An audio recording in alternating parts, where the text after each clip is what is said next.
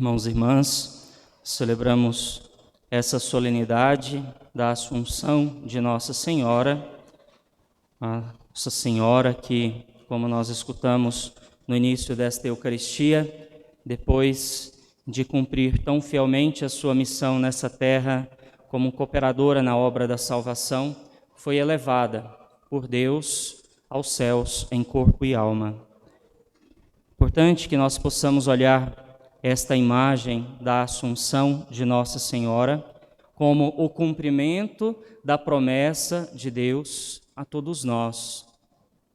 O cumprimento da palavra do Senhor, no sentido de que aquela vida que Maria recebe ao ser elevada aos céus é a vida prometida a todos nós. Uma vida que é fruto de um caminho de fidelidade, de serviço, de obediência, de entrega. E tudo isso nós observamos na vida da Mãe de Jesus, da nossa Mãe do céu, que se coloca inteiramente à disposição do Senhor. A solenidade de hoje, ela está totalmente fundamentada num outro trecho também do Evangelho de São Lucas, que nós escutamos antes desse trecho que nós escutamos na liturgia de hoje, quando o anjo faz o anúncio à Virgem Maria e ela, por fim, responde: eis aqui a serva do Senhor, faça-se em mim segundo a tua vontade, a tua palavra. Aquela que se coloca dentro do projeto de Deus. Por isso, essa imagem que nós contemplamos, que nós refletimos nesta Eucaristia, deve ser uma imagem que nós possamos buscar na nossa vivência cristã. Não pensar no fato de Maria ter sido elevada aos céus por Deus, mas no fato de uma vida inteira de fidelidade e de entrega. Aquilo que todos nós podemos fazer na nossa vivência cristã. Esse mês de agosto nós celebramos o mês vocacional, cada um ao seu modo, com aquele toque exclusivo que Deus dá na nossa vida, por meio da nossa vocação, se colocar como Maria no seguimento a Jesus Cristo. É importante que nós possamos dar esse sinal para o mundo. É importante que essa entrega e esse segmento possam falar por si só, de modo que as pessoas vejam e entendam qual é o propósito da nossa vida cristã, qual é o caminho que nós estamos percorrendo. Nós olhamos também a vida de Nossa Senhora e sabemos que não foi uma vida tranquila, um mar de rosas. A própria Mãe do Senhor experimentou muitos desafios na nossa vida, na sua vida, a partir daquela resposta no momento do anúncio. Refugiada, pobre, vendo seu filho perseguido, flagelado, morto. E assim nós também fazemos a experiência de Maria na nossa vida. Olharmos os mistérios da nossa vida, olharmos na nossa história e percebermos que nós também passamos por essas estações de sofrimento, de angústias, dificuldades na vida, mas há algo que nos move, a fé que nos permite seguir a Jesus Cristo, porque nós acreditamos na promessa de Deus. Essa é a maior exclamação de Isabel, talvez uma exclamação, uma proclamação profética, especialmente para o nosso tempo hoje. Bem-aventurada aquela que acreditou, bem-aventurada aquela que acreditou, porque será cumprido o que o Senhor lhe prometeu. Deus fez uma promessa a todos nós, e Ele cumpre a sua promessa. A Assunção de Maria é um sinal do cumprimento da promessa de Deus para a humanidade.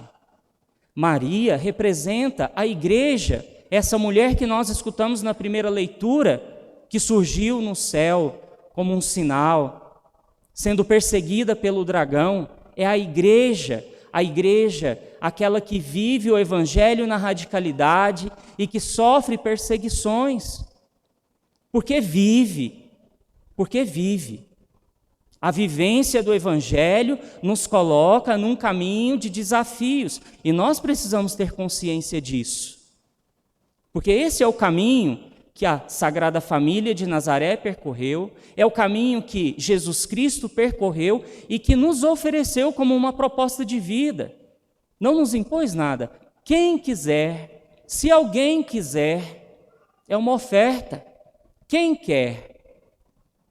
Suponho que todos nós aqui queiramos, porque estamos aqui, buscamos uma vida de intimidade, de comunhão com nosso Senhor, e devemos abraçar esse caminho, não sem um caminho que o Senhor aponta, é por ali. Vem e me segue. É o caminho que o Senhor percorre, o caminho que o Senhor abre para nós. E é o caminho que a mãe dele, a nossa mãe, percorreu. Por isso, nós celebramos a solenidade da Assunção, temos a imagem da Virgem, Mãe de Deus, que é elevada aos céus, como nós contemplamos no mistério glorioso, coroada nos céus, como rainha do céu e da terra. Mas isso é fruto desse caminho percorrido na fidelidade, diante da provação, diante de inúmeras propostas que nós encontramos na vida, e com certeza ela também encontrou. Tudo parte da resposta que nós damos. Ela deu um sim e fez a sua vida ser um sim constante. Esse sim constante também deve ser renovado por cada um de nós, para que assim a nossa vivência cristã seja também um testemunho profético para o mundo. Nós escutamos na primeira leitura a perseguição daquele dragão, a mulher, aquela mulher que deu à luz, aquela mulher que representa a igreja. Qual é o dragão do nosso tempo hoje? Qual é a perseguição do nosso tempo hoje para a nossa vida cristã, as nossas famílias, a igreja? Nós vivemos um tempo de provação. E não precisamos pensar em outras coisas que muitas vezes têm politizado a igreja, dividido das nossas famílias. Vamos pensar nas nossas relações, naquilo que muitas vezes tem entrado nas nossas casas como uma proposta satisfatória de um bem-estar, mas que não nos garante nada. O que nos garante é essa vivência do Evangelho, uma vivência radical. Bem-aventurada aquela que acreditou, porque será cumprido o que o Senhor prometeu. Essa palavra que nós escutamos nas celebrações da Santa Missa, celebração da palavra, nas nossas reuniões de pastoral, esta palavra que nós lemos nas nossas casas, nós proclamamos como palavra de salvação, palavra que nos conduz aos céus. Por isso a importância de levar esse compromisso nosso com seriedade. É um compromisso nosso porque nós fizemos a nossa adesão a esse projeto divino de salvação. Nós não estamos caminhando perdidos pelo mundo, seguindo uma proposta humana. Esses sinais, eles são evidentes. Por isso a igreja persiste, persevera há tantos mil anos, em meio a dificuldades, a divisões, a contra-testemunhos, que é próprio do ser humano.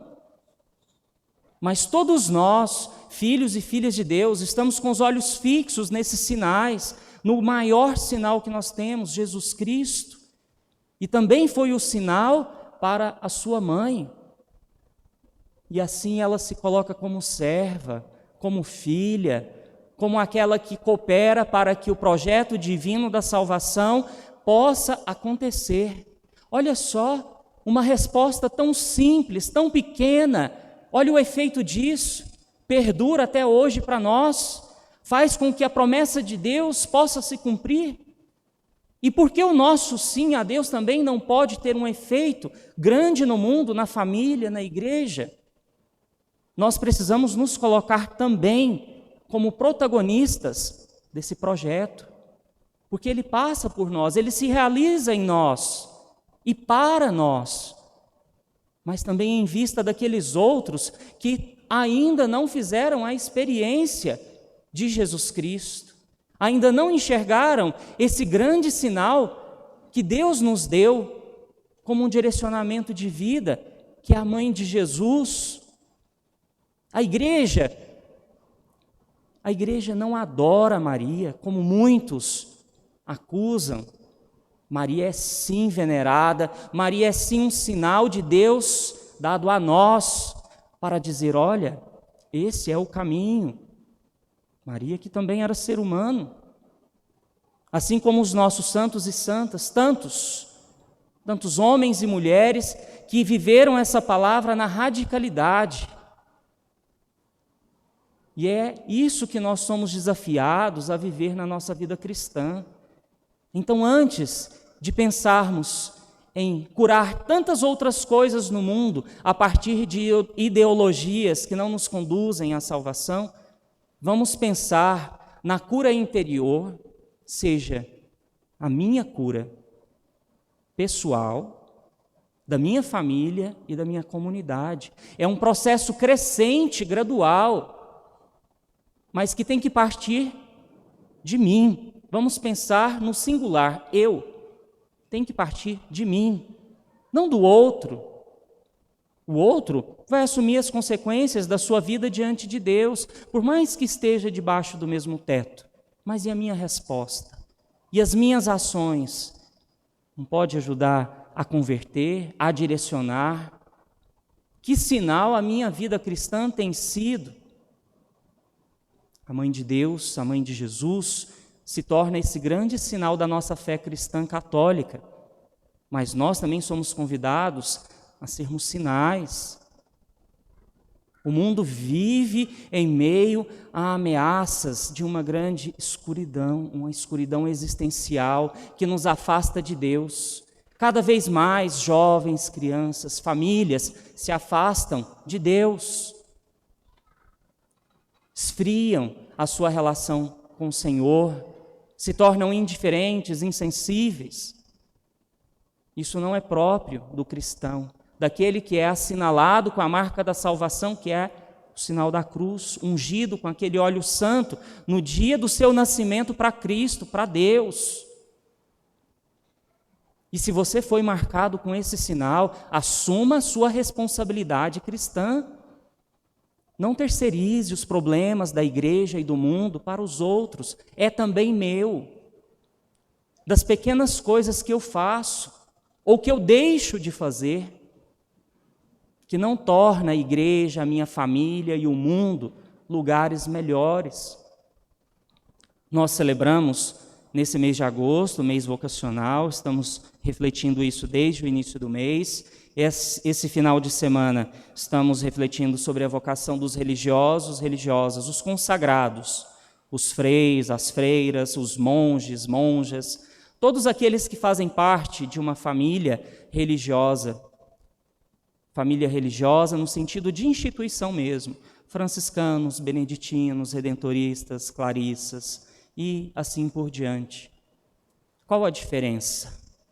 Homens e mulheres que se colocaram nesse mundo para viverem esse evangelho radicalmente em função do reino. A relação desses homens e mulheres se dá estreitamente, estritamente, unicamente com Deus. Nenhum poder humano pode interferir, a não ser a minha resposta.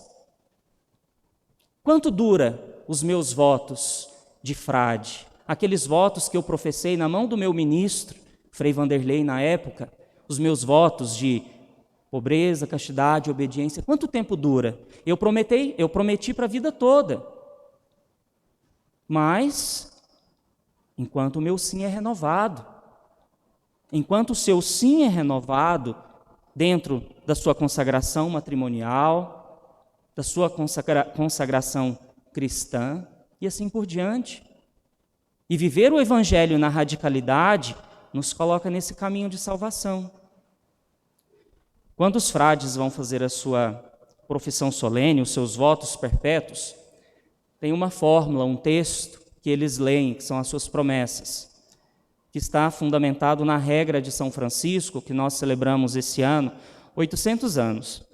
A regra, toda família religiosa, toda congregação tem uma regra. A regra é uma forma de vida, são orientações. Você tem que fazer isso, isso, isso, você não pode isso, isso, isso.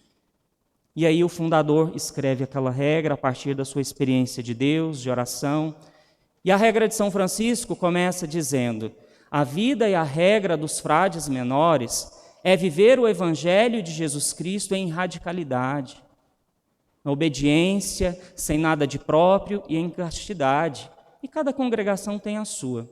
E no dia dos votos, o religioso, o frade, ele se coloca ajoelhado diante do seu provincial, faz as suas promessas e no final de tudo, o provincial responde: eu acolho os seus votos e se isso observares, eu te prometo a vida eterna. O superior não tem poder de prometer. Ele não pode prometer a vida eterna para alguém. Mas por que ele diz isso? Porque ele está estabelecendo ali uma relação com Deus e que na fidelidade dessa vivência também vai colher esse fruto. Viver esta palavra na radicalidade para todos nós, irmãos e irmãs, é caminho de salvação. É o caminho que Maria nos aponta. Então, que nós possamos vivenciar esta celebração da Assunção de Nossa Senhora e enxergar o nosso caminho, a nossa vida, e nos colocar em vista disso, da salvação, para que nós não percamos tempo, para que nós possamos afastar de nós e da nossa família e da igreja tudo aquilo que não convém ao cristão, tudo aquilo que não é próprio desse caminho.